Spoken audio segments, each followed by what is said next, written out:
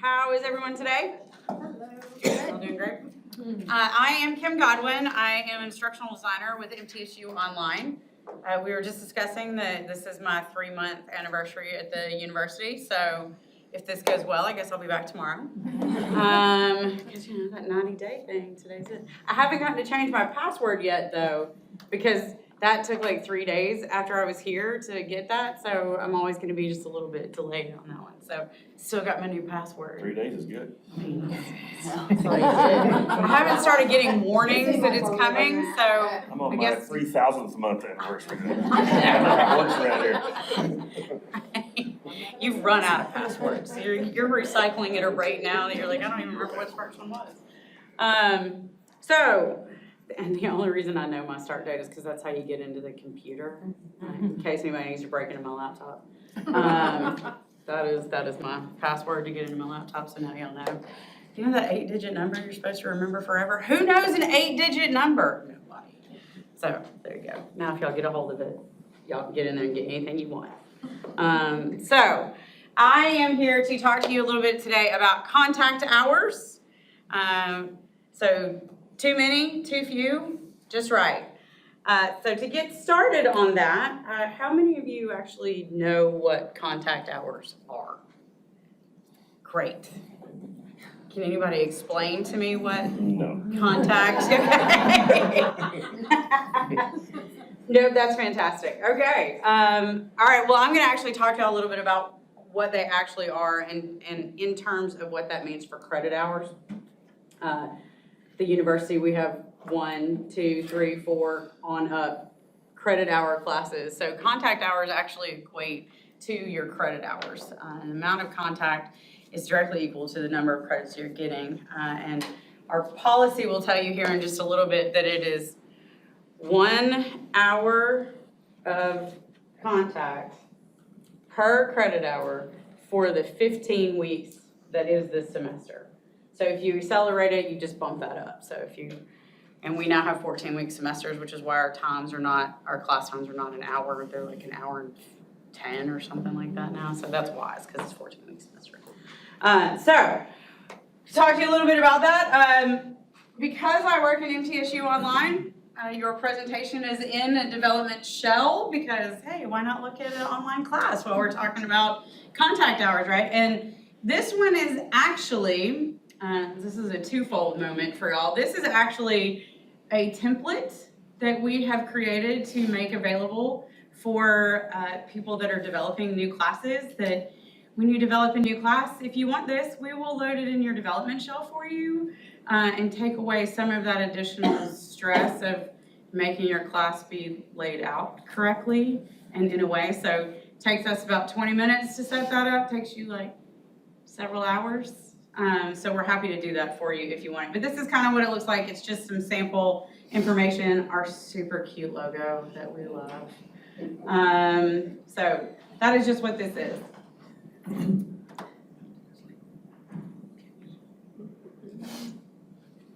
All right, so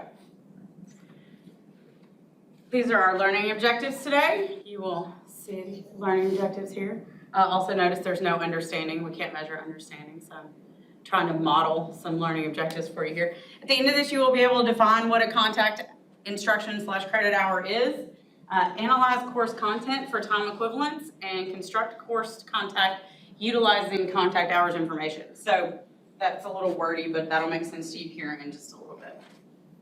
Okay, so have you ever thought about your contact time in your face-to-face classes? How many of you teach face-to-face classes?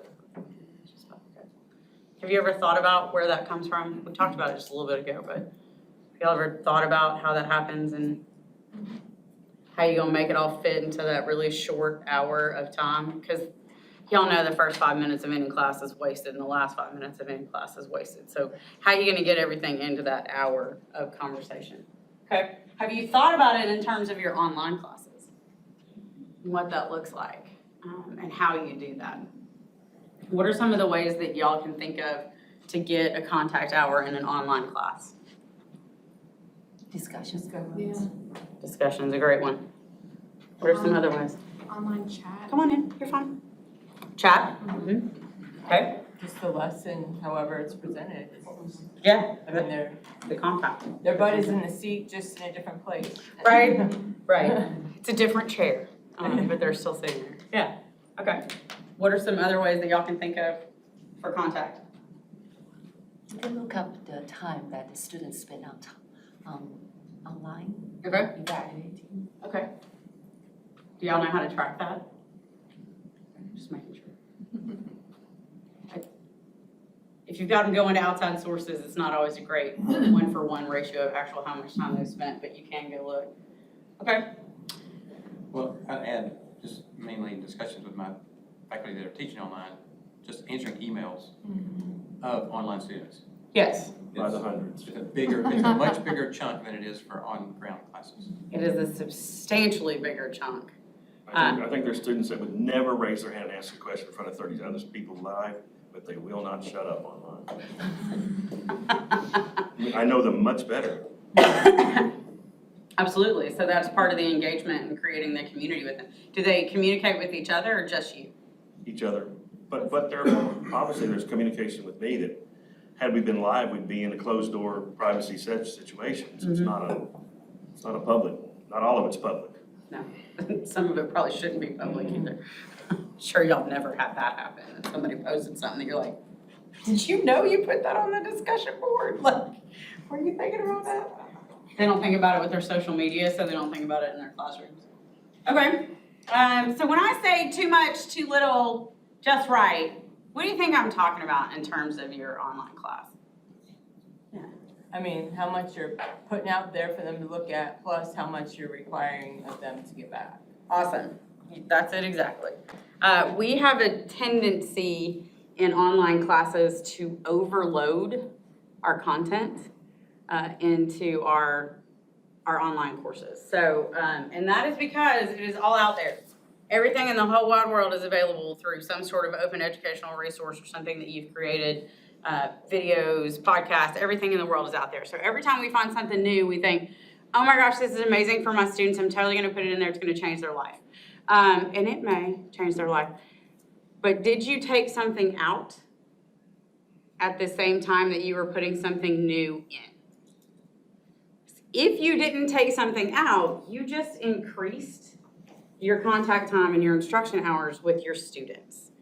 So if you do that, if you've been teaching the same class, say you've been teaching the same class for 5 years, and every year you add new resources that you found that are maybe a little more current, a little more relevant, really helps drive home whatever point you're trying to make in some new video or some new podcast that's out there, and you add it, and you don't take the old things away that are basically saying the same thing, by the end of that 5 years, you have quite possibly created an additional 15, 20, 25 hours of contact in your class.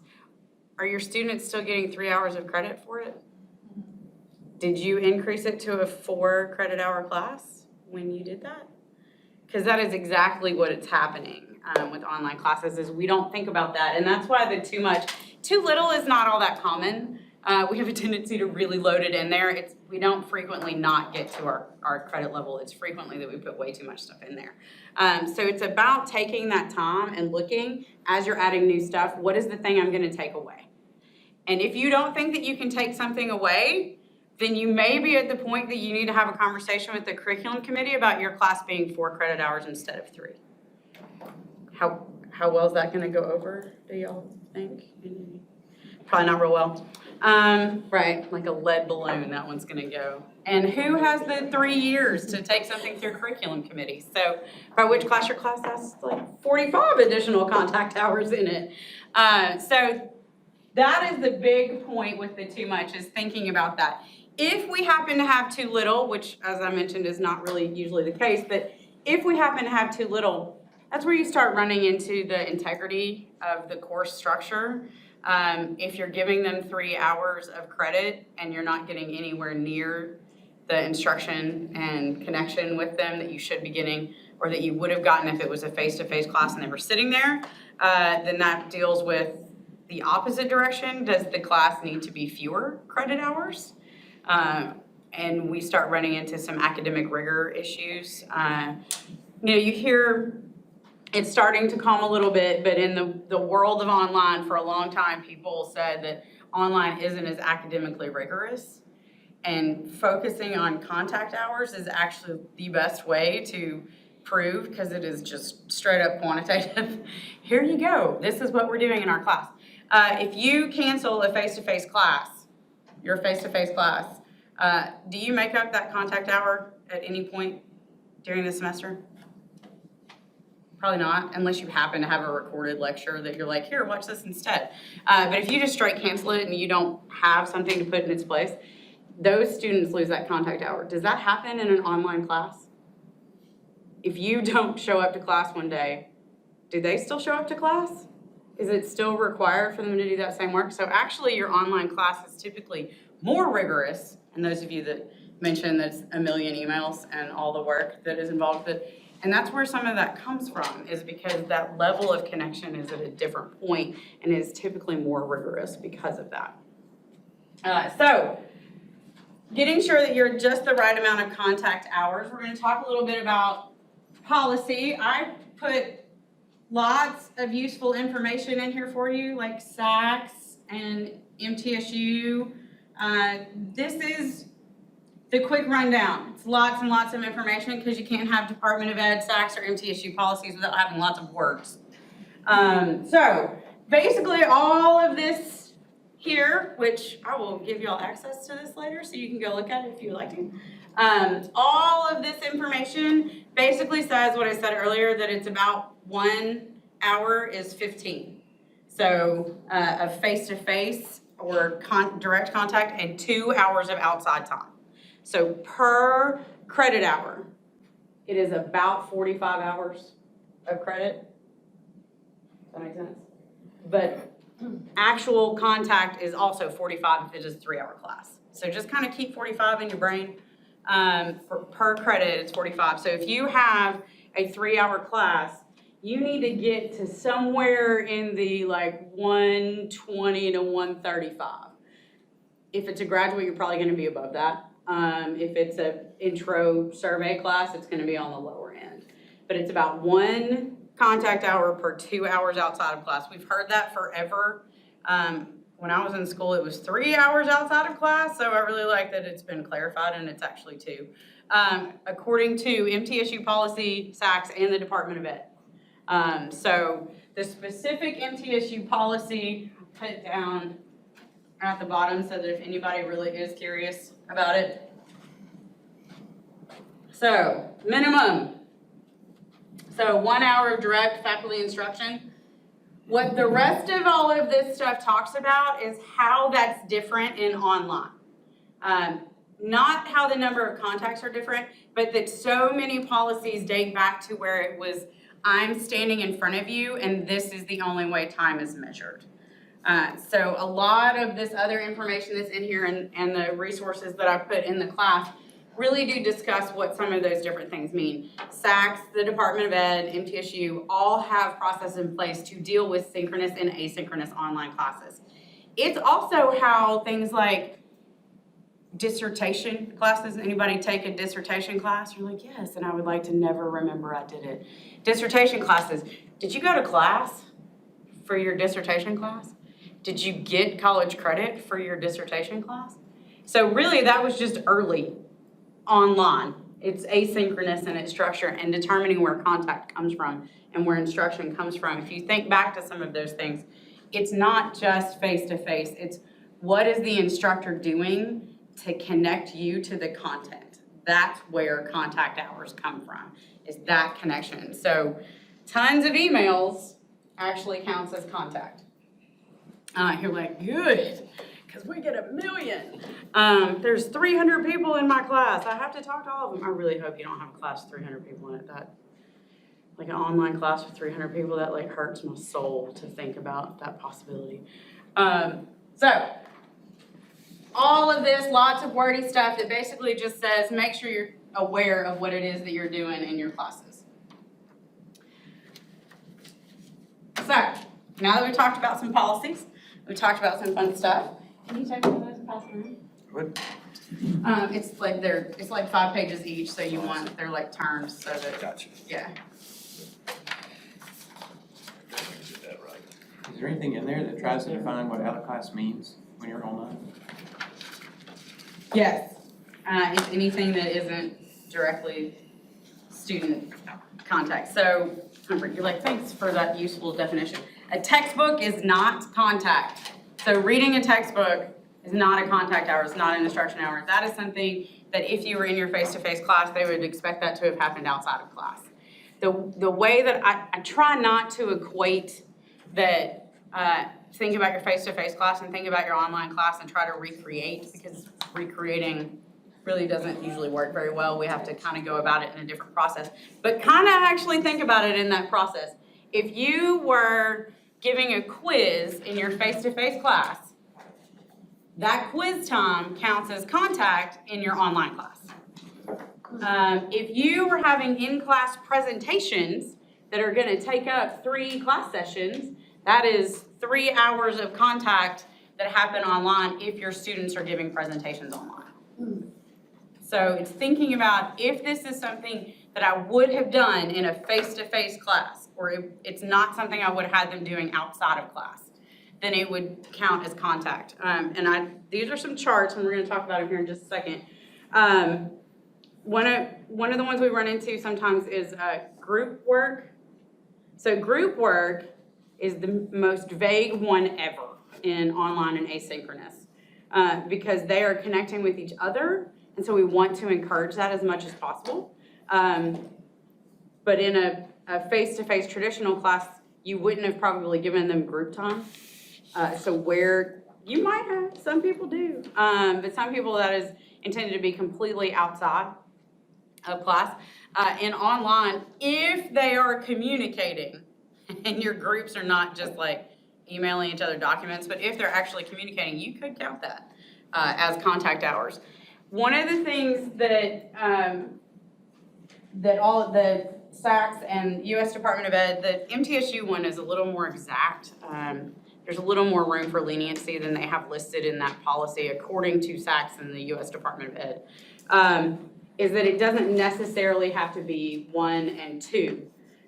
It's okay if you go above in contact hours as long as you are not going more than 3 per credit. Does that make any sense? So it doesn't matter if in online things are consider more contact, or consider, well, you don't want more out of class, you want more contact. You're gonna go one way or the other, go more contact. So if you want to count group as contact in an online class, you absolutely can, because that is part of the creating community and engagement with students. And you are going to be involved, and they are involved with each other. And then it just makes it a little heavier on that side. But know that if you have a couple of weeks in there that they're doing a lot of group work, look at how much outside reading, outside assignments, other things like that you're expecting them to do, and balance that out. So that kind of help just a little bit. So I'm going to show you this thing that you have in your hand.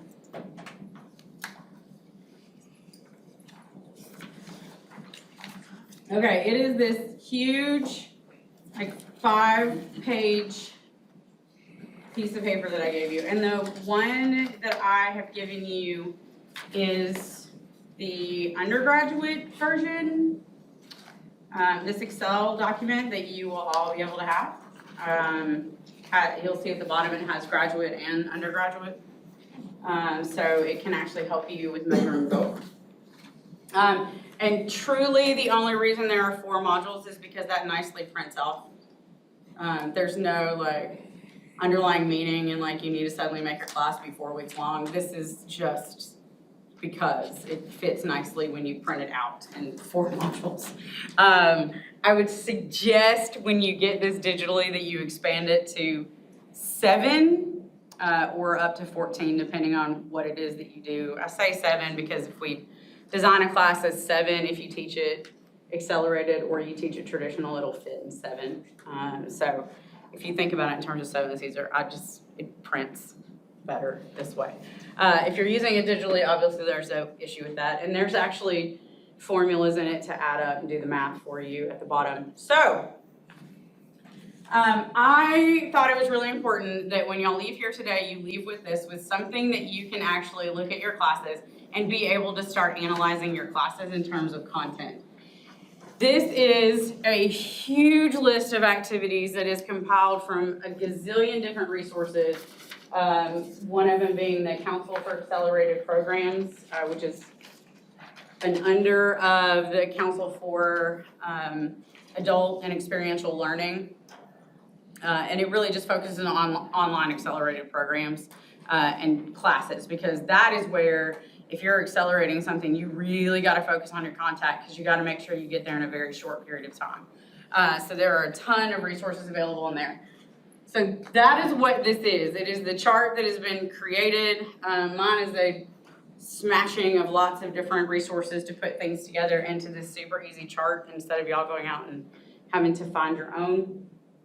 And all you would do is take your class, your online class, and scroll through your class. And as you are looking at this list, think about how many times you do these things.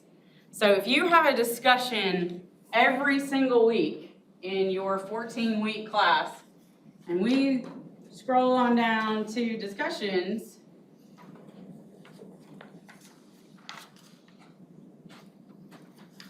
does your discussion meet this minimum requirement right here? So minimum of 250 words is about a half an hour of instruction, because if they were in a class, they're not gonna even say 250 words in class.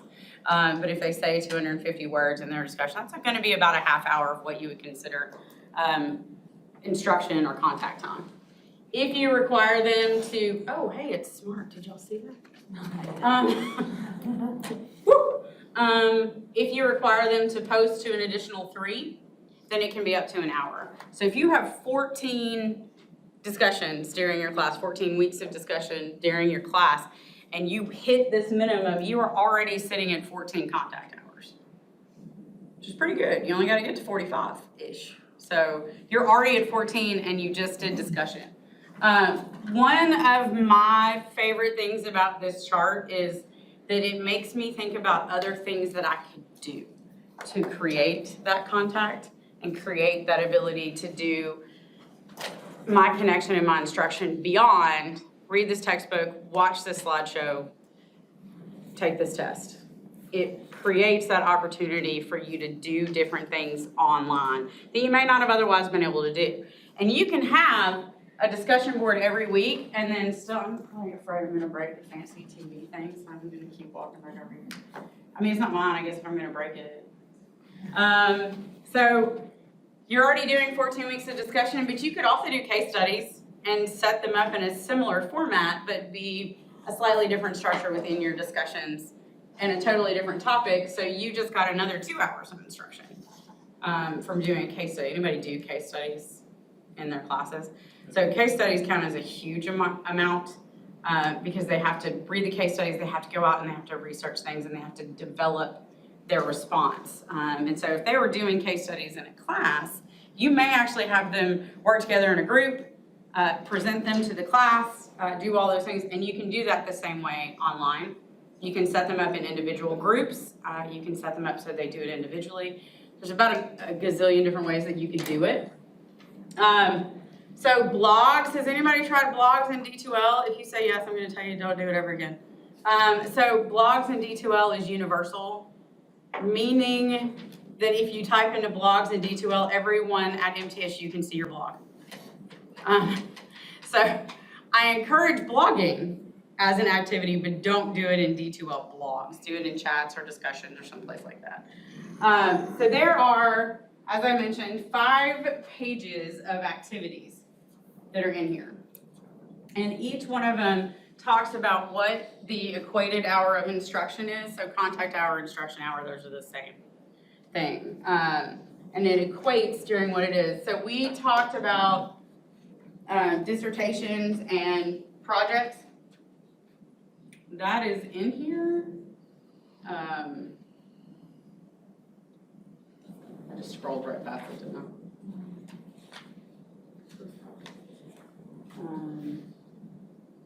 I'm gonna miss it again. Is it the learning teams group project? Yeah, yes. Yeah. Yeah, there it is. So,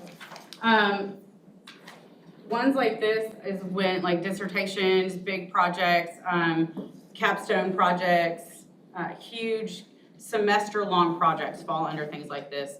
So when you're looking at it, you're thinking about what amount of time they're doing. It says an hour of instruction per week for the duration of the project.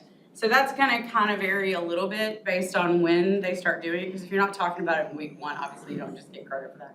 But if later on, they're gonna be spending a lot more of their time doing it, then you would weight it so that more of that time came at the end of the semester when they're using it more.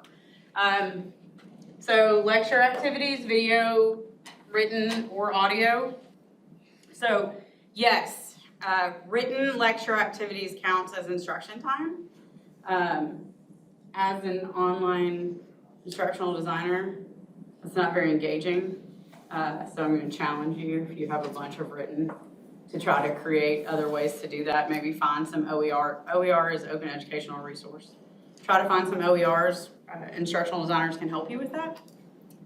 Y'all will notice I speak of myself in the plural. There's just one, but we're trying really hard to hire some more. So I'm practicing speaking of myself in the plural.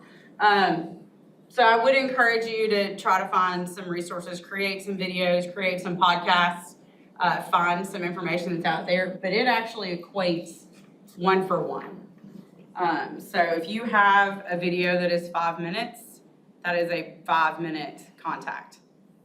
If you find a video that is an hour, okay, hope that it is an awesome video. Yeah. Hope that y'all understand that. An awesome video, but people don't sit and listen to a video for an hour.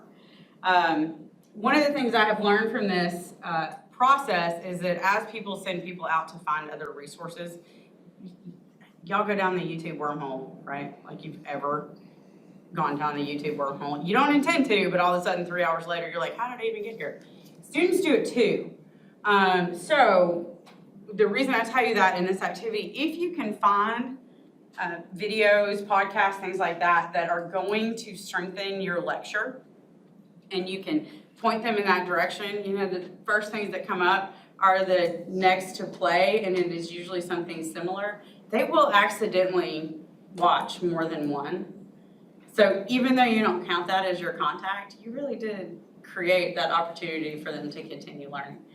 But they're gonna go find it on their own if you don't direct them.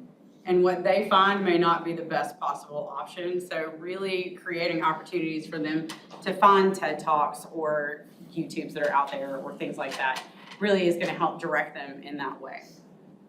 So that's lecture activities. We're trying it. Oh, look at me go.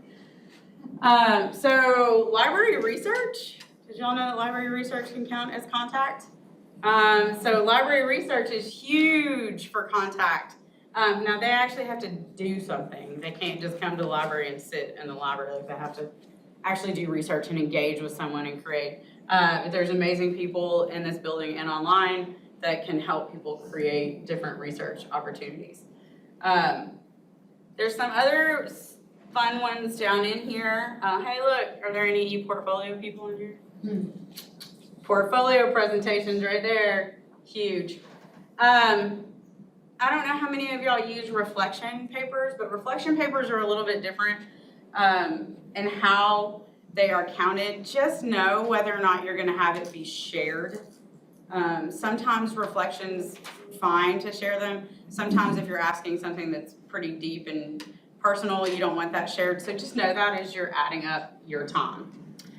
Service learning projects count.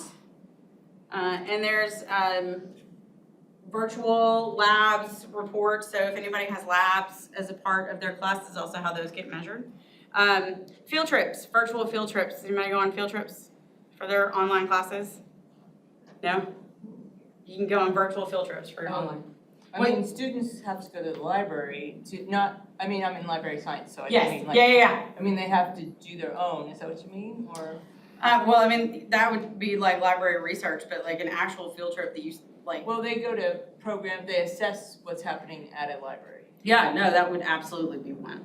That they go to a place and they look at what is happening in that library and what are the needs and what's not being met and things like that. So yeah, that would absolutely be one. What are some other classes that y'all have? Yeah. Well, I actually have a question, and I feel like I know the answer, but just in case, if you give extra credit options because you're trying to get them to go do things, because obviously if they're taking online courses, a lot of times they have conflicting schedules, they have work and all that. So if I give them like 3 things to do, 3 options, but I say it's extra credit, that does not count, right? No way, okay.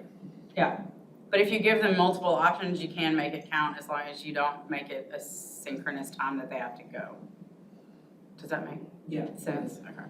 So, and then you can count it, and it doesn't have to be extra credit. Yes? I'm sorry, would you mind, I don't mean to short circuit this part. No, you're Would good. you mind backtracking a little and just, you mentioned there was 45 and then you Yes. mentioned the like 120 to 135. Yeah, I need clarification Could you on that. clarify that? Okay. Just be. Yes, And if you I- could put it in the context of a 3 credit course. Yes, a 3 credit hour course, because that's what most people have, right? 3 credit hour course is about 120 to 135 total hours of connection. So what that looks like is 45 of that needs to be contact, direct instruction. The other 80 to 90 can be your out of class time. So that's where things like textbooks, reading textbooks, reading other activities, doing out of class projects and assessments that they would normally do. And that counts too for, if you have an exam coming up, the exam time would count as contact. The time that you would study for that is your out of class study time. So that falls into 80 to 90, which is usually where we run into troubles with online classes getting way too heavy in content, is because we don't think about the fact that that is time that if you were in a face-to-face class, they would spend that 2 hours studying for that test. That would count for part of their out of class time for that credit hour. Yes? Is writing a paper considered out of class? Do you give them hours for that? Yes, out of class time. Okay. Unless you intentionally would have had them writing it in class. No, So but you give them credit for that. you give them credit for doing it because in a traditional face-to-face class, because when y'all are in a face-to-face, how many of you teach face-to-face? I feel like I asked that a second ago, but so in a face-to-face class, you think about your straight 45 hours of contact of where you are. I have 14 weeks, an hour and 10 minutes for a Monday, Wednesday, Friday class every week. This is how much I need to put into this class. And that's where your lectures, your discussions, your case studies, group presentations, quizzes, exams, all of those things go into your face-to-face class, and that is your 45 hours. You have additional assessments that you have them doing outside of class. They're writing papers, they're doing projects, they're doing all those things, but do you sit down and think about the actual amount of time that they are committing to those things? The reading of the textbook, the creating of a project, those all have time attached to them. Does anybody know how long it takes the average person to read a textbook page? Forever, because they're such great reading. Depending on the book and the person, it really could be anywhere from 2 to 5 minutes per page.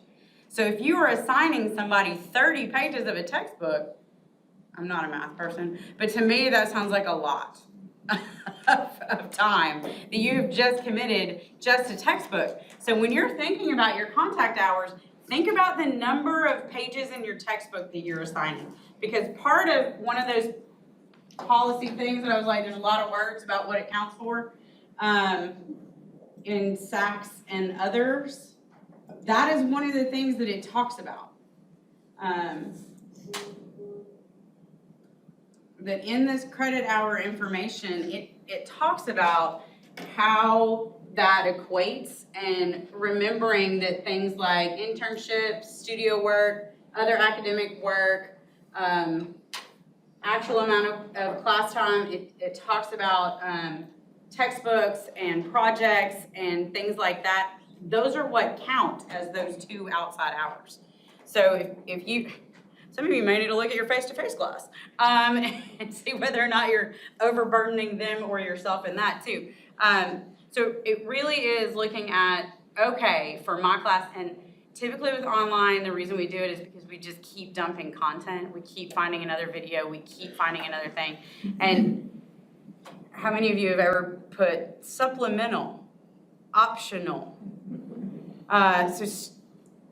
So some students aren't gonna read that. You could probably tell me right now who those students are, like you are picturing them in your mind right now. They have never opened a supplemental because they may not have ever even opened the required. The same ones in your face-to-face as your online, like, that doesn't change. Same student process. But you also have those students that will read every single thing that you put in there. And whether or not you say it's supplemental or optional or whatever, they see that as, well, you say that, but it might show up on the test.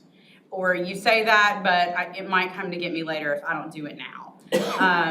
I mentioned earlier that I have a back, like in my way back in fraternity sorority life, like my way back. I worked in fraternity sorority life. So I kind of equate it to, there's no such thing as voluntary hazing. Academics is not hazing.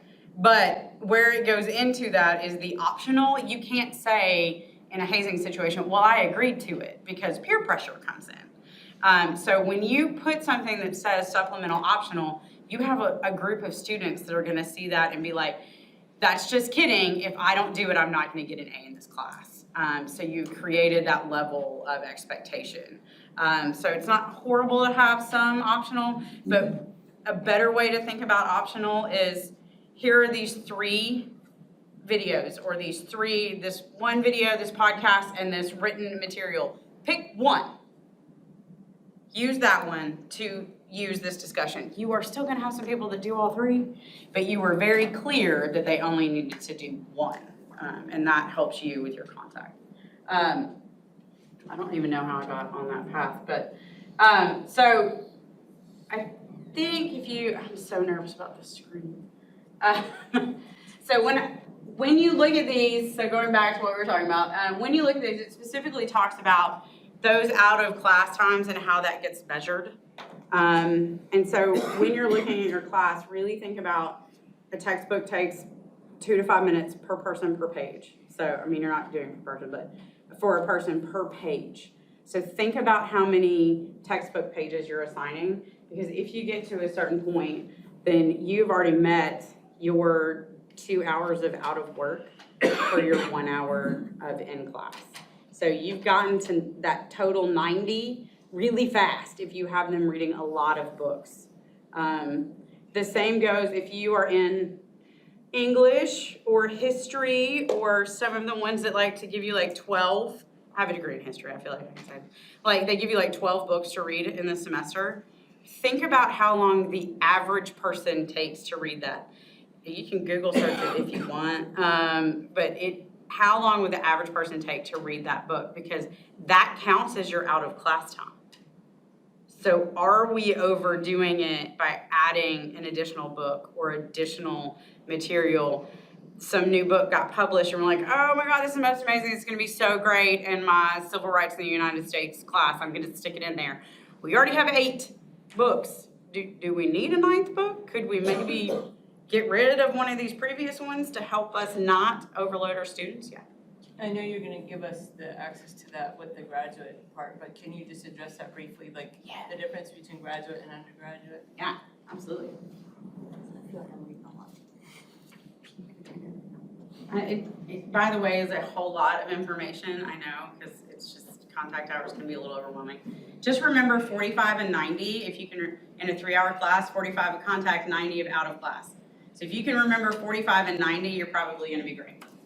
And if you go over the 45, that's okay, but don't go over the 45 and also go to 90 and above. Like, you're trying to equate to be about 135. So graduate, this one is 6 instead of 4. No real reason there, just cute, printed better when I was spacing it out. So similar in structure, there are some activities that are a little bit different in terms of the type of activity that's in them.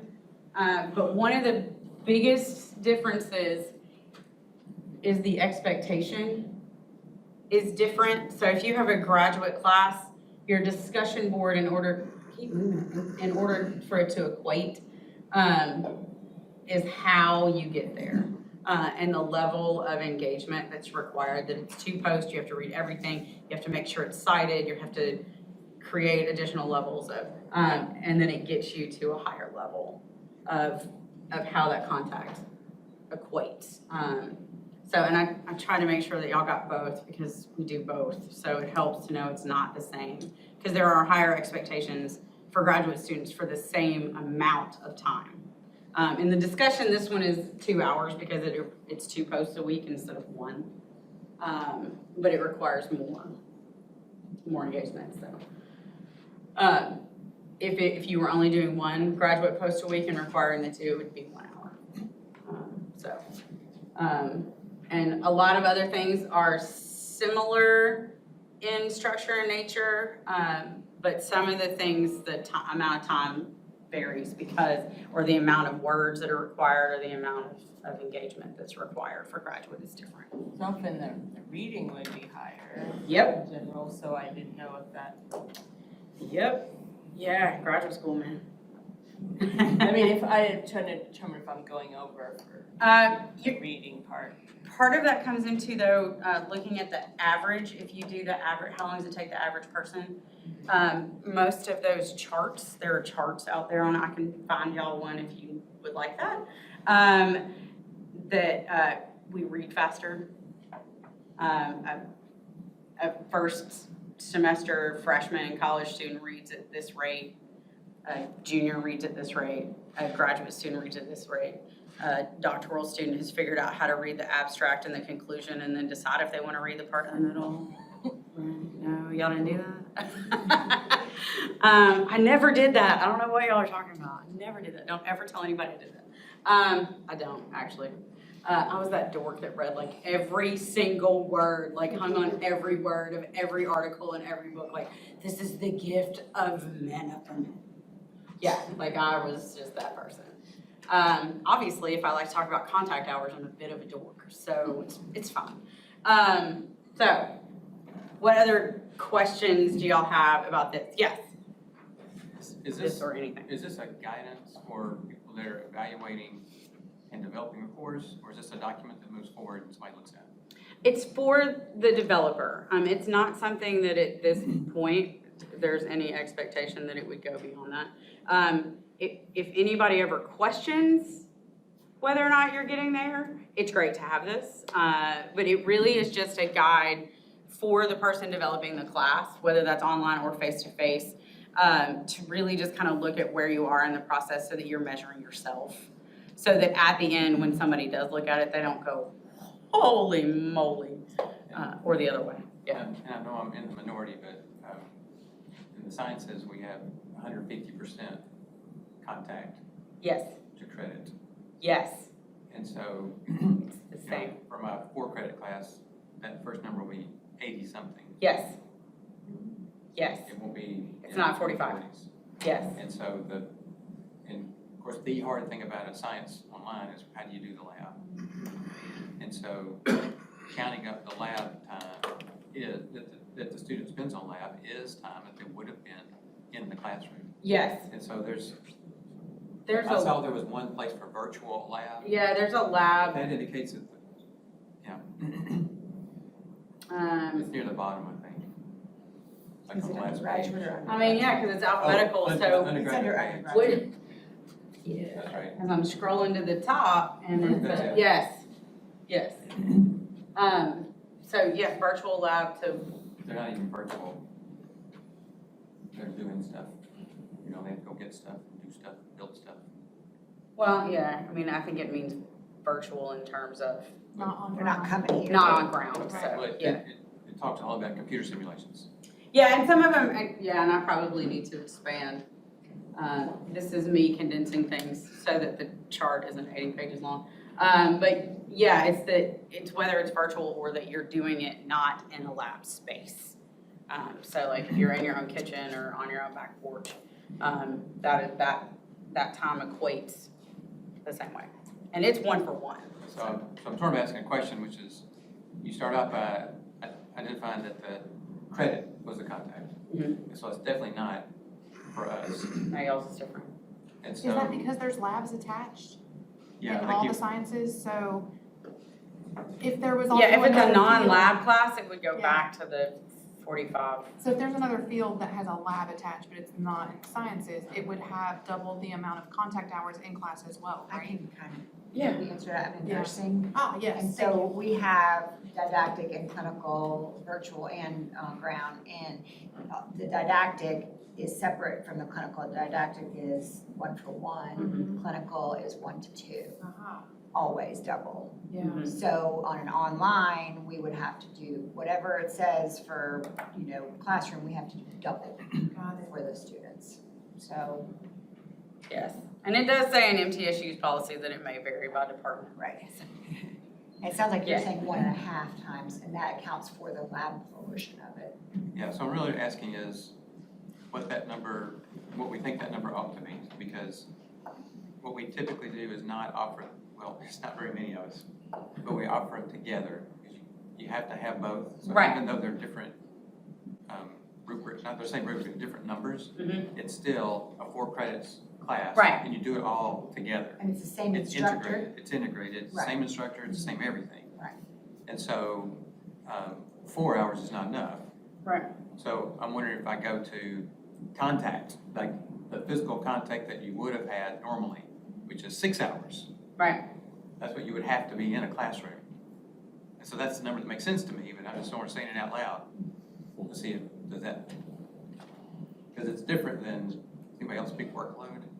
Right. Right, Mhm. oh, yeah. It's different than Just try that. not to dance down that path, but we'll call the provost office on you. That's not a path I feel confident in. Yeah, So I guess just, for us, it'd be more the contact that you normally have.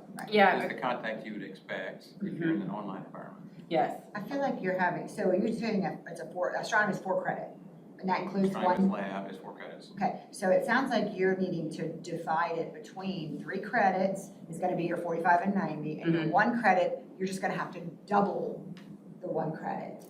So whatever that works out to be. It would Double be the more content. like 90 in the lab, the 1 hour of lab.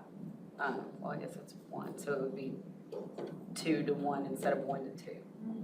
In that 1 hour of lab. So in a situation like that, it might be easier to do, like if you were gonna do a chart that's for the 1 hour of lab and a chart that's for the 3 hours of Yeah. class. And I know they're combined together, so that's They are. it's not necessarily the easiest way to do it. Or just remember, and that's where the interesting thing is, if you do the chart, that years are gonna be wonky. I mean, I would do it like in a different font or a different color or something, so that when I'm visually looking at it, it would make sense to me that these hours count as how I'm getting my contact in my lab, and these hours count as how we would be getting our contact in the class. I mean, it's all a class, but does that make sense? I know what you're saying. Okay. And we also have the classes of lecture and lab only meet 1 time. Wait, what? They don't go to a lecture meeting and then later go to a lab meeting. Right. They go to the meeting. They go to the meeting, right? And then you would have to. So it's not separable. It's not, okay. We should sit down and hang out and look at your classes. Or not. I think he retracts his statement. You sort of stay out of that. And also, man, that's a can of worms I feel like I'm walking right into right there. Yeah, that's different. Y'all fall into the as otherwise specified. But we can figure it out. Wouldn't the lab just be 30/60? If you took 1/3 of the 45 and 1/3 of the 90, right? That's 15 and 30, you double it, 30/60 for the lab, plus your 45/90 for your lecture. Put them together, I guess about the right. I'm in business, all I do is just add it up. That's what It seems simple. the numbers. That's what you're doing if it was separable. Right. But if you just go for 3 hours twice a week, Right. how much of that was lecture and how much of that was lab? Question, Guess you gotta weigh it out. what if you're real, What if you wrote the book, If you wrote the book, and then you assign a chapter reading that sounds like contact? it's still, if it's reading from the textbook, whether you wrote it or not, it's not you having that instruction with them, because it's the textbook. Like, congratulations on writing the textbook. That is pretty crafty though. Because, and that's only because if you aren't the one teaching the class, but if you aren't the one teaching the class, if she was teaching your class, which y'all are not even the same, but if she was the one teaching your class, it wouldn't count as contact. The book would count as the book because she is not the author of the book. So you have to think about it in terms of, if you're not the one doing, at least in an online class, if you're not the one doing it, then absolutely not. But even in that situation, do you go to your face-to-face class and just read them the textbook?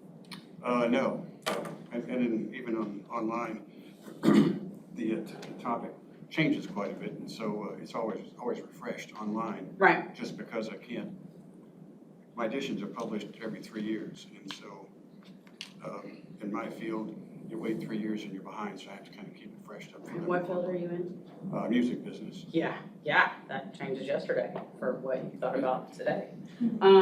Yes, so it's just thinking about it in terms of, if she was teaching her class, it wouldn't count as contact. If you don't stand in your class and read straight from the textbook, then no, it's out of class, even though it's your voice and your connection, it's out of, textbook reading is out of class, so, even for the all. I tried. It was good. It's Or good. weren't you kind of mixing contact with workload right there? No, man, that's I've got awesome. several textbooks that I wrote some years ago. Do I get to go back in time and count that now as my workload? My students read the book I wrote 3 years ago? Oh. I think the answer is yes. No, I'm with you. That's awesome. What other questions do y'all have? The instructional activities, we're talking about them in the context of online, and most of these are applicable to face-to-face on ground. I just wonder, is there anything that, like, when I take this back and I talk to other faculty about it that don't teach online, that they're gonna go, well, what about this? It's not on your chart. These are all pretty, like, equivalent, right? Yeah. To, like, on ground and online, yeah, so there's nothing in here that's like it says online quizzes, but that would just be like a quiz class. Right? Yes. Yeah, perfect. Yes. Okay. Yeah, and if they have something, just send me a message Yeah. and we'll figure it out. I'll either go look and see if there's a chart out there that has it. Yeah. But typically it goes down to if it would have counted, if you were in a face-to-face class and it would have counted as time you spent in your face-to-face class, then it would count the same way online. Yeah. Though, to reiterate, I'm not someone who likes to recreate your face-to-face class online. Just when thinking about it in terms of this concept, how we're getting to those hours. Yeah. And the biggest thing was really because I've been here 3 months, as y'all know, and I've seen a few classes that are really heavy in content in their online classes because people just keep adding more and more and more information and are not taking things away. So a 1 hour class has enough content and contact to be a 3 hour class, but the student is getting 1 hour of credit for it. So that's at the point that, hey, that's a lot more work for the faculty member and way more work for the student for the level of credit they're getting for the class. I have not yet seen one that didn't have enough, so that's good, right? We're doing good there. But I've seen quite a few that have way more information than they need to have in them. And it really does kind of go back to, we don't really know how that time is measured. And the same with if we add articles or things like that that we want them to be reading, is that something they would have normally read in class and then had a discussion, or is it something they would have read outside of class? So thinking about those and how those are being equated to what your activities are is how you come up with some of that information. So I'm sure that I muddied the waters even worse talking about contact hours than I did. Yes. I just wanted to thank you for this timeliness because I'm in the middle of a postmaster's grad courses. I'm drowning, and I literally have on my phone, investigate how much is too much for online because this shit's ridiculous. You're very welcome. And I'm also developing courses and I don't wanna do this to my students. Right. So we appreciate Absolutely. this kind of like, focus to be able to say, this is, and it's hopefully evidence-based, and it's obviously Yeah. guided by accreditors and things like that. Yes, yeah, I try to, and I will share this with all of you, so if anybody asks, there's some SACS documentation in there. So yay, go team SACS. There's US Department of Education information, there's MTSU policies, and then these charts are created from agencies that support all of those things. So it's not just Kim said, it really is like actual, I am not actually a quantitative person, like when I teach research methods, I'm actually the qualitative person, but I'm also very aware that numbers help people when they're trying to challenge us in our class structures and what we're doing in our online classes. So when you can say, look at my numbers, that actually does kind of help a little bit with that. So it really does put that in perspective for a lot of people. Yeah. For the online quizzes, Yes. one of my online classes, for example, has 3 quizzes and we permit 20 minutes for them to take a quiz. So those equate to 20 minutes of contact time. Let's assume that they're studying for those. Yes. How much out of class time would that matter? Assume that they're studying. Let's say. How, would we count an out of class, what do you call it? I don't know what it's called. The not contact hour? Is that more than 90? In If they a have to review a video or study or whatever for that, what would they be doing for the 90? What would that equate? typically I think about it in terms of it would be about equal to the 1 to 2. So like if it's 20 minutes, it's probably 40 minutes. So like an hour total? So about an hour total for something like a 20-minute quiz. Because like a final exam is like 2 hours. Some people study for like 6 weeks getting ready for a final exam. Most people it's like 3 or 4 hours in prep right before the exam. So kind of thinking about it in terms of almost equal of the 1 to 2. Okay. Unless you're in science or nursing, and then it would be equal to like 1.5 to. Yeah. That actually brings up a good question with online quizzes. Yep. What if they're giving an unrealistic amount of time, like 150 minutes for 50 questions? You're counting that 150 minutes as contact hours? Yeah, technically you have to, since that's what was put in there, Okay. but that is That's where kind a of- greater conversation of. Right, of- okay. I Well, thought that's what you so. would allow Design. in class. If they have a 2-hour class Right. period to complete the test Okay. and And then it's leave the- when they're done. It's then- the only thing that they would be doing. So like you give them 120 minutes, and they would have normally, if they were in class for 2 hours, had that 120 minutes. And then you don't. And just half a of them lecture. leave. You're gonna have one that's there for 119 and a half. Right, And then you're gonna have some that are done at 20 minutes. So that is, okay. but yeah, if it's a 50 question multiple choice test, You really need 150 should you minutes. really be giving them 2.5 hours to complete this test? Exactly. So are you just doing that because you just want to give them all the time in the world to be successful, or Or inflate your contact hours. that could happen too? I don't know. Yeah, well, and I don't know. y'all will find out I'm not like a huge test fan anyway, so Many of them all. Well, let me give you, not great let me authentic ask assessment. you how to calculate this contact hour situation. That's- Okay. Okay, so now about a year and a half ago, a student came in my office and he was furious about an online class. I said, what's going on? He says, and I quote, I paid a guy $75 to take this class from me. And he did not turn in the final exam, so I'm getting an F in the class. And I need to know who to go complain to. That's gutsy. I said, why are you telling me this? I'm on the other side, you know? So I did a little more research. There was one individual who was posing as several students in the same class. And was taking money from each one of the students. So it wasn't a class I taught, or isn't even in my department, but if I had 15 students in the class, in that situation, it was really like 10 students. That's when you get your online management system, you get Proctorio, you get where you have to show the kid videos while you're taking the test, you have to show your Exam is being idea. implemented in the spring. Yeah, we have that, so. So we're gonna test this, if Well, anybody wants it. I just want to know if the cheater was doing enough contact hours I mean, they were. That times 3. to get their $75. So we were discussing, putting this out there for y'all in case anybody's interested in it. It's not part of the contact hours thing, but if you want it, I'll send it to you.